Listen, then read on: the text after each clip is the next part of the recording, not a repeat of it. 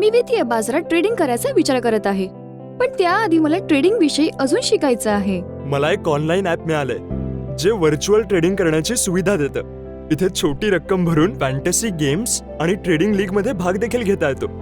हे तर काहीच नाही, मोठी कॅश प्राइज आणि बोनस देखील जिंकता येऊ शकतो. हे बघ. पण याचा काय फायदा? हे तर व्हर्च्युअल आहे, खरंच थोडी ना आहे. हो, पण यामध्ये आणि वित्तीय बाजारात ट्रेडिंग करण्यामध्ये काही खास फरक नाहीये, कारण याची ट्रेडिंग लिस्टेड सिक्युरिटीच्या खऱ्या वेळेवर आधारित आहे.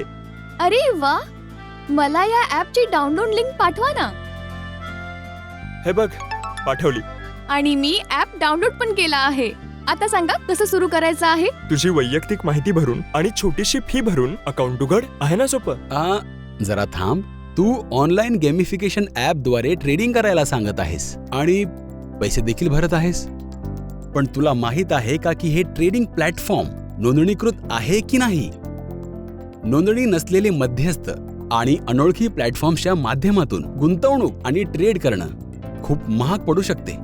पण हा तर फक्त एक व्हर्च्युअल ट्रेडिंग प्लॅटफॉर्म आहे. याने हे वैध तर नाही होत ना. विना ॲपच्या खात्रीशिवाय तुम्ही यावर तुमची वैयक्तिक माहिती भरत आहे, ज्याचा गैरवापर पण होऊ शकतो. मला वाटलं या ॲपवर एवढी माणसं आहेत तर हे सुरक्षितच असेल. अशा गर्दीमध्ये नाही फसले पाहिजे.